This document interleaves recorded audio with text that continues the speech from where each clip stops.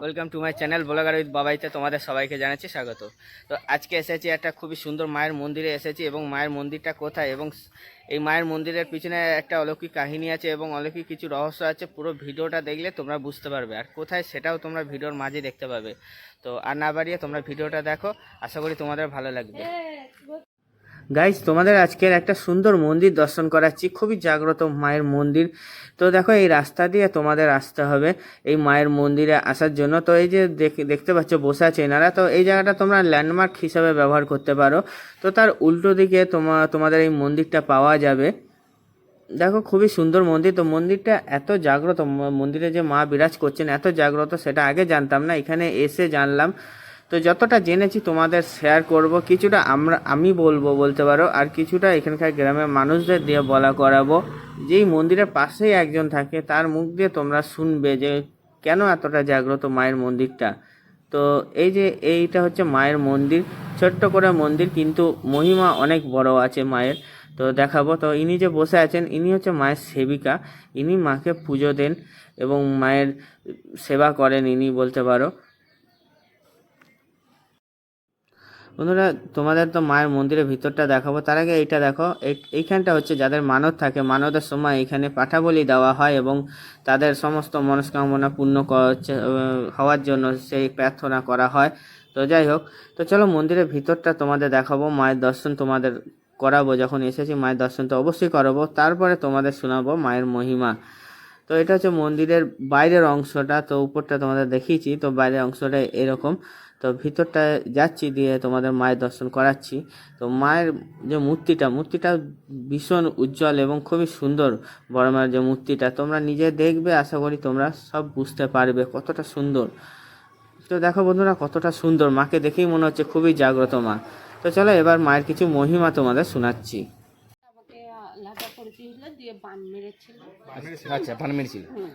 পানি চলতে পারছিলাম না। আচ্ছা, হাত কটা বেরিয়ে গেছিল। ছিলাম বাপের বাড়িতে, আমার বাপের বাড়ি হলদিতে পাড়া।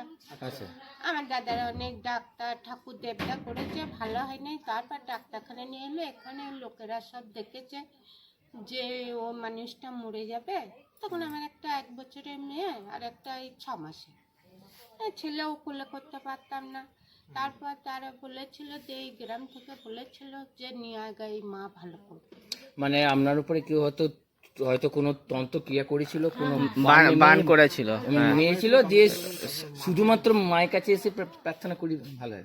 প্রার্থনা করে মাই টানাইছে, আমি আচ্ছা, হ্যাঁ, না আসিনি। সে তো বটেই, মানে মা মাই যদি সবাইকে বলেছে হ্যাঁ, যে ও মরে যাবে, ও আর বাঁচবে না, তাহলে নিয়ে এসে আমার থানে ফেল, আমি ওকে ভালো করব। আচ্ছা তারপর আমার স্বামী যে নিয়ে এলো, আচ্ছা, এখানে দিয়ে এসে এখানে যেদিনই এলাম মায়ের ঘরে বসেছিল, সবাই বললে যাও যাও, আর আমি তো চলতে পারতাম না।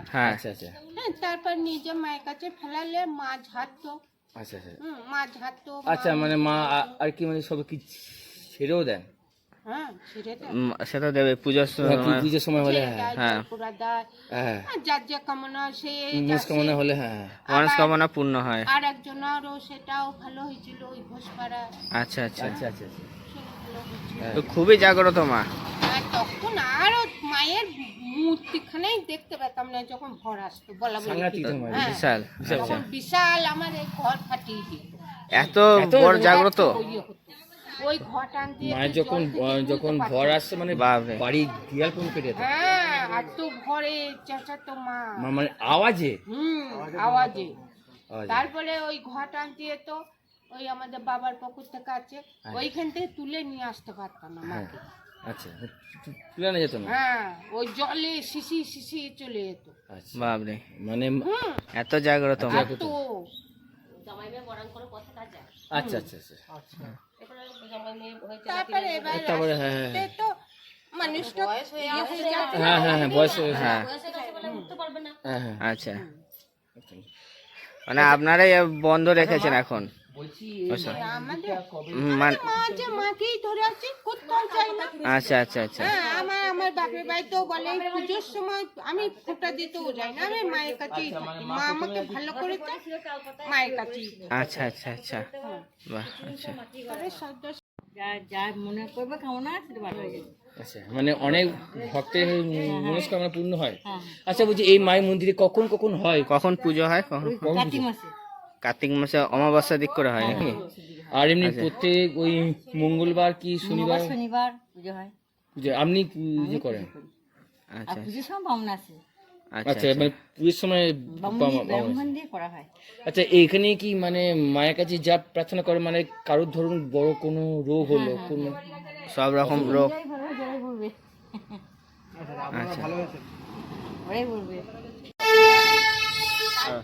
তাতে ওইদিকে মুখ ছিল। আচ্ছা আর দিয়ে আমার মেয়েকে বিয়ে বছর এই বোধহয় 10 বছর মন্দিরটা হয়েছে। আচ্ছা আচ্ছা। বন্ধুরা, শুনলে মায়ের কিছু মহিমা শুনলে, তো মায়ের যে মুখটা আগে ছিল এদিকটা করে, তো এখন বর্তমানে মন্দিরটা নতুনভাবে তৈরি করে এদিকে মুখ করা হয়েছে। তো উনি সেটাই বোঝাতে চেয়েছেন এবং তোমাদের সেটা দেখালাম। এবার আরেকবার তোমাদের মায়ের মূর্তিটা দেখাচ্ছি, কত উজ্জ্বল দেখো তোমরা। তো বন্ধুরা, দেখে বুঝতেই পারছো কতটা জাগ্রত। আবারও বলছি, খুবই জাগ্রত মা, এবং যাদের যে রকম কোনো রকম অসুবিধা হয় এই মায়ের মন্দিরে আসলে অবশ্যই সেটা ভালো হয়। তো তবে বিশ্বাস করে আসবে, বিশ্বাস নিয়ে আসবে, আশা করি সেটা ভালো ফলই হবে। তো বন্ধুরা, মায়ের মন্দিরে যে ঠিকানাটা আছে, পুরো ঠিকানাটা তোমাদের বলছি, মানে একজন বলছেন আর কি, তো সেটা ভালো করে শুনবে। তোমরা যদি কেউ আসতে চাও অবশ্যই এই ঠিকানায় আসলে এই মায়ের মন্দিরটা তোমরা পেয়ে যাবে। তো চলো ঠিকানাটা ওনার মুখ দিয়েই শোনা যাক। এই জায়গাটার ঠিকানাটা ওই তো ভিটে রায়পুর জামার যেতে যে রাস্তাটা পড়ছে বরগাছ বাঁধানো আছে আচ্ছা, এইখানে ওইখানটাতে হবে। ও রাই। আচ্ছা আচ্ছা। হ্যাঁ পুজো হয় মানে শনিবার মঙ্গলবার দিন ওই সেই 12টার মধ্যে আসলেই হবে। 12টা আগে 11টার আসতে হবে। হ্যাঁ 11টা এলে সব থেকে বেশি ভালো হয়। ভিডিওটা দেখলে আশা করি বুঝতে পারলে যে কত সুন্দর মায়ের মন্দিরটা, এবং মায়ের মন্দিরটা ছোট হলো, মায়ের মন্দিরে মা যে আছেন তিনি খুবই জাগ্রত মা আছে। তো তাই আমি বলবো যে ভিডিওটা দেখে যদি ভালো লাগে অবশ্যই নিজের চোখে এসে মায়ের মন্দিরটা একবার দর্শন করে যাবে।